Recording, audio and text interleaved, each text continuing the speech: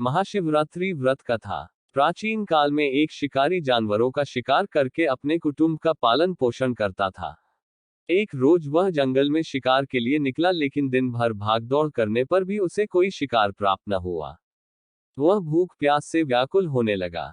शिकार की बाट निहारता निहारता वह एक तालाब के किनारे बेल वृक्ष पर अपना पड़ाव बनाने लगा। बेल वृक्ष के नीचे शिवलिंग था जो बिल्वपत्रों से ढका हुआ था। शिकारी को इस बात का ज्ञात न था। पड़ाव बनाते बनाते उसने जो टहनियां तोड़ी वे संयोग से शिवलिंग पर जा गिरी। शिकार की राह देखता देखता वह बिल्व पेड़ से पत्ते तोड़ तोड़कर शिवलिंग पर अर्पित करता गया। दिन भर भूखे प्यासे शिकारी का व्रत भी हो गया और शिवलिंग पर बेलपत्र भी चढ़ गए।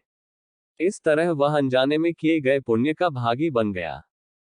रात्रि का एक पहर व्यतीत होने पर एक गर्भिणी मृगी तालाब पर पानी पीने आई।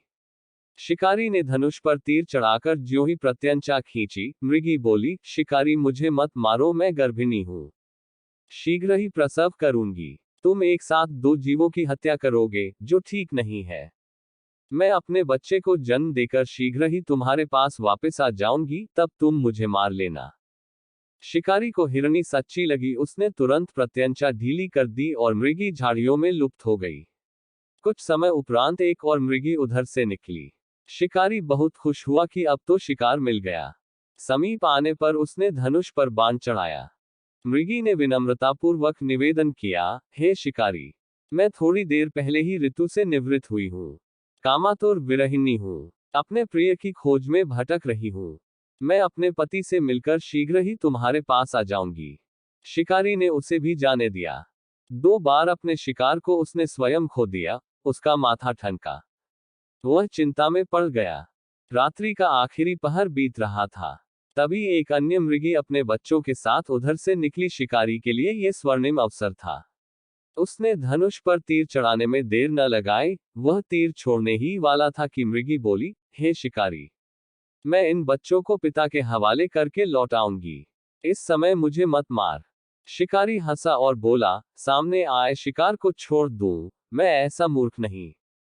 इससे पहले मैं 2 बार अपना शिकार खो चुका हूं। मेरे बच्चे भूख प्यास से तड़प रहे होंगे। उत्तर में मृगी ने फिर कहा, जैसे तुम्हें अपने बच्चों की ममता सता रही है, ठीक वैसे ही मुझे भी अपने बच्चों की चिंता है, इसलिए सिर्फ बच्चों के नाम पर मैं थोड़ी देर के लिए जीवनदान मांग रही हूं। हे शिकारी, मेरा विश्वास कर, मैं इन्हें इनके पिता के पास छोड़कर तुरंत लौटने की प्रतिज्ञा करती हूं। मृगी का दीन स्वर सुनकर शिकारी को उस पर दया आ गई। उसने उस मृगी को भी जाने दिया। शिकार के अभाव में बेलवृक्ष पर बैठा शिकारी बेलपत्र तोड़ तोड़कर नीचे फेंकता जा रहा था। पौ फटने को हुई तो एक हष्टपुष्ट मृग उसी रास्ते पर आया। शिकारी ने सोच लिया कि इसका शिकार वह अवश्य करेगा। शिकारी की तनी प्रत्यंचा देखकर मृग विनीत स्वर में बोला, हे शिकारी भाई, यदि तुमने मुझसे पूर्व आने वाली 3 मृगियों तथा छोटे छोटे बच्चों को मार डाला है तो मुझे भी मारने में विलंब न करो, ताकि उनके वियोग में मुझे एक क्षण भी दैख न सहना पड़े। मैं उन मृगियों का पति हूँ। यदि तुमने उन्हें जीवनदान दिया है तो मुझे भी कुछ क्षण जीवनदान देने की कृपा करो। मैं उनसे मिलकर तुम्हारे सामने उपस्थित हो जाऊंगा। मृग की बात सुनते ही शिकारी के सामने पूरी रात का घटना चक्र घूम गया। उसने सारी कथा मृग को सुना दी। तब मृग ने कहा, मेरी तीनों पत्नियां जिस प्रकार प्रतिज्ञाबद्ध होकर गई हैं, मेरी मृत्यु से अपने धर्म का पालन नहीं कर पाएंगी। अतः जैसे तुमने उन्हें विश्वास पात्र मानकर छोड़ा है, वैसे ही मुझे भी जाने दो। मैं उन सब के साथ तुम्हारे सामने शीघ्र ही उपस्थित होता हूँ। उपवास, रात्रि जागरण तथा शिवलिंग पर बेलपत्र चढ़ाने से शिकारी का हिंसक हृदय निर्मल हो गया था।